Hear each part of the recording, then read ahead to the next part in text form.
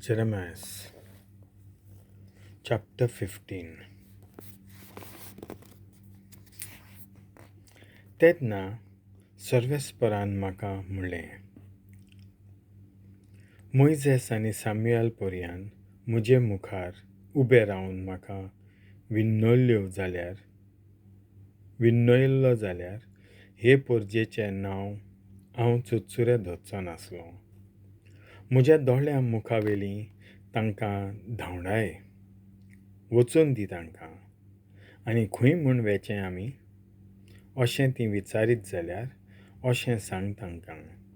सर्वेस्पोर अशें सांगता,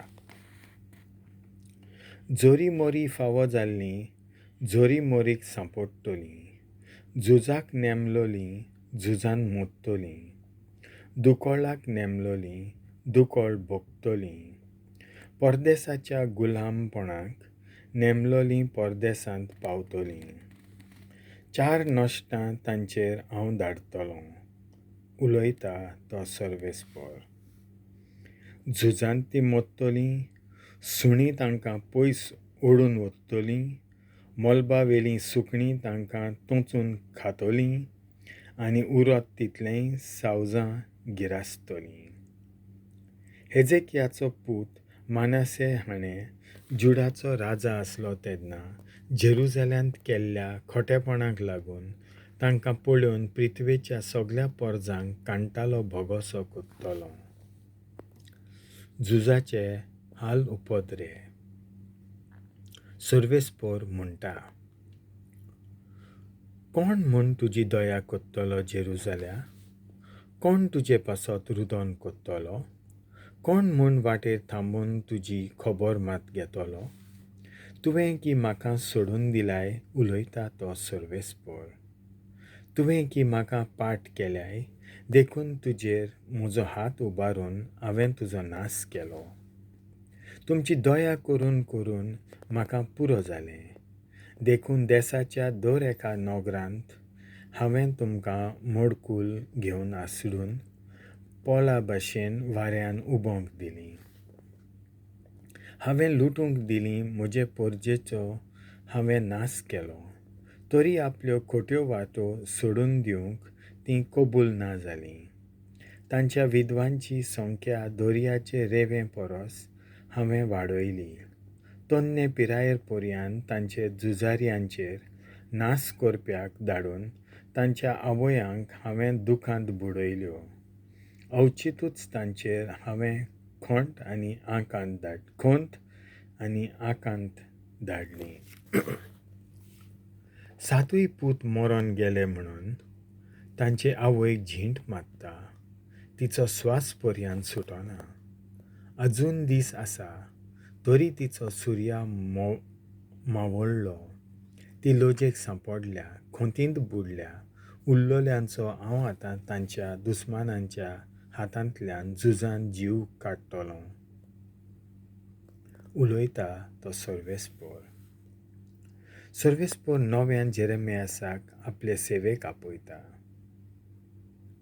आगे म्हजे माय भोगो म्हजें, देसांत सगळ्यां कडेन झगडीं आनी वाड करूंक तुवें म्हाका जल्म दिलाय.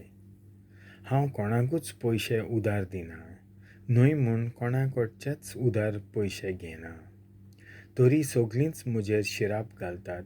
सर्वेस्परा, खऱ्या मोनान आनी सगळ्या काळजान तुजी हांवें सेवा करूंक ना. म्हजे दुस्मान संकोश्टाक आनी कोनिश्टायेक सांपडलोले तेन्ना तांचे पासत विनोती करूंक तुजे मुखार हांव उबो रावूंक ना. उत्तरेंत हांव हाडलोलें आनी तांब्यान मिसळलोलें लोखंड कोणाच्यान मोडूंक जाता?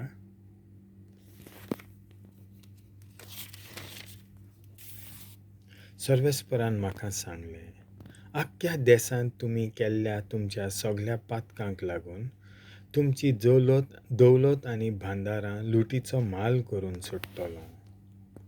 तो आनीक तुमकां पोत्तून मेलपाचो ना.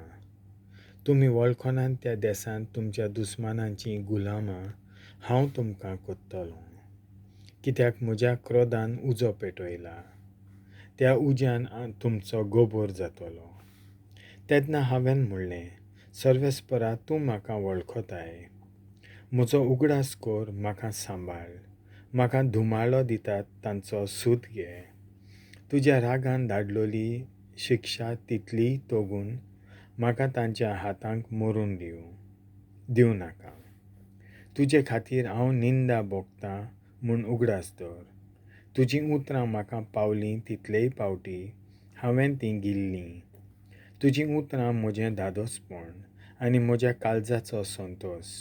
कित्याक सर्वेस्परा सर्वशक्तिवंत देवा, हांव तुजोच म्हूण सगळीं म्हाका वळखतात. मस्कऱ्यो कोत्तल्यांच्या वांगडा हांव बसूंक ना. तांच्या सांगाता हांवें मौजाय मारूंक ना. तुजो हात म्हाका घट धरतालो म्हणून हांव मुगेलो एकलोच बसून रावलों. कित्याक म्हणल्यार तुवें म्हाका तिडकेन भरलोय. म्हाका सदांच दूख खोंत कित्याक? म्हजे घाये कित्याक पेकोनात? वखदांचो कित्याक म्हूण तांकां गूण पडना? खरेंच फसयतल्या वाळा भाशेन, सुकून वेतोल्या उदकां भाशेन तूं म्हाका जावंक सोदताय? तेन्ना सर्वेस्परान असो जबाब दिलो, तूं परतून येयशी जाल्यार हांव तुका परतून म्हजे सेवेक लायतलों आनी तूं म्हजे हुजीर आसतलोय. अर्थ नासलोलीं उतरां उलोवचे सुवातेर तूं जर सारकें उलयशी तूं नव्यान म्हजो प्रवादी जातलोय. लोक तुजेशी परतून येतलो पूण तूं तांचेशी परतून वेचनाय. हांव तुका हे porjeche आड एक पितूळची मजबूत वणत कोत्तलों. ती तुजे आड झुजतली पूण तुजेर जैत वच्ची नांत. कित्याक तुका राखूंक आनी निवारूंक तुज्या सांगाता हांव आसां, उलयता तो सर्वेस्पर. खोट्या मनशांच्या चोपक्यांतलो हांव तुका निवारतलों आनी जबरदस्ती करतल्यांच्या ताब्यांतलो हांव तुका सोडयतलों.